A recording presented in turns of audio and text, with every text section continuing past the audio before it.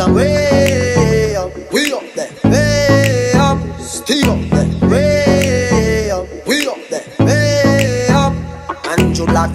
Hey, what's up guys, it's your girl SIMONE SHARICE, and today in this video we are using RPG wig. Now the last time I did a video with RPG wig, you guys were like, yo, this costs too much, I should not be doing anything to my wig when I take it out the box. So guess what, in this video I didn't do nothing but add on a headband. I didn't bleach the knots, I didn't even wash the hair. I literally took it out, combed it, and put it on my head. So to get started, we're gonna go ahead and use some spandex that I got from Joann's, and you could get it from your local arts and crafts store. I'm gonna put it behind my head to begin. Now, when you're measuring your band, make sure you are not putting pressure on your ears. No wig will go on your ears like this. So kind of stand it up right like this, kind of like how a wig would naturally be when you put it on your head. Make sure there is space between your ears and the headband, because if there's too much pressure on the back of your ears like this, it will hurt, guys, and your wig will be very uncomfortable. Instead, slide it more towards the last braid and slide it up a little bit. Disclaimer, guys, please ignore my kitchen and the back of my head. It's a little dry. Now, when you're measuring your spandex, make sure you do not stretch it to its complete potential. If you do this, your wig will be extremely tight, guys. Instead, just adjust it to make sure that it's very comfortable. Mark where you are holding it, and you want to go ahead and cut off the excess. Hey, get it? Yeah, my forehead look dumb big. Look, I'm like, is it the camera or is it really me? Nah, my forehead's big. All right, so now we have this piece left over, and I'm just gonna measure it one more time to make sure it's perfect, and it should be between the first two braids. Okay, so make sure it kind of stops in between the first two braids, and I kind of measured it for you guys. It's about the same length as a rat tail comb. So now I'm gonna put the wig on, and one more time just check it. So I'm gonna hold one section and then pull it to the other to make sure that it's completely snug. You don't want to put the elastic band right here, because you'll have more to glue on the lace, and you don't want to put it too far on the edge, or else it's going to pull the lace back and expose all your edges. Instead, you want to have it right in the middle, and then you want to kind of curve it a little bit at like maybe a 45-degree angle, and you want to have this much room left of lace. Okay, so don't put it towards the end completely, and don't put it too far up.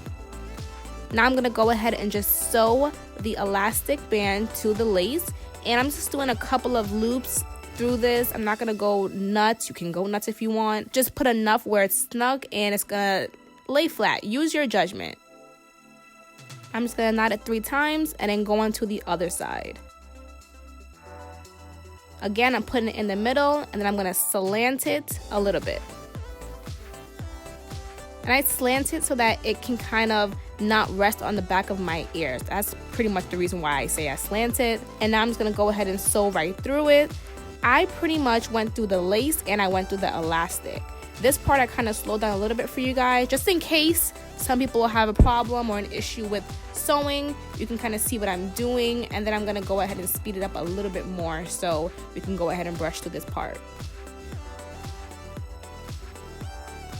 So this is the main way how I was able to keep my wigs nice and flat and in place without any gel, glue, adhesive, anything, okay? Just straight up this headband and the comb as well.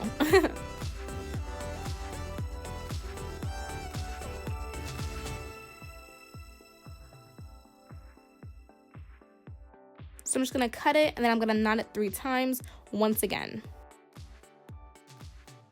So this is the end result, but another little trick that I always do is I like to stretch the headband and the wig. I like to attach it. So kind of make a little marking mentally, hold it, and then kind of do like 3 little sewing movements through the headband and through the wig, because I don't like when my headband is just free floating in the back and it's not attached to the wig, because then I have 2 things back there and it's kind of annoying. So I personally like to do this little thing where I just like attach this little piece right there. You don't have to do this part.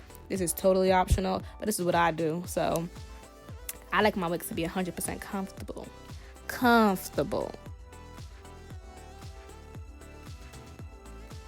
All right, so this is the end result, and it fits on your head very perfectly. I'm going to show you guys towards the end how the end looks, but I wanted to show you guys the knots up close, and this is how they look. Again, I did not bleach them, so straight out the box, yo, straight out the box.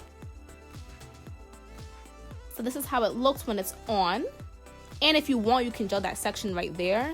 If you want, you don't have to. But this side is perfect as hell.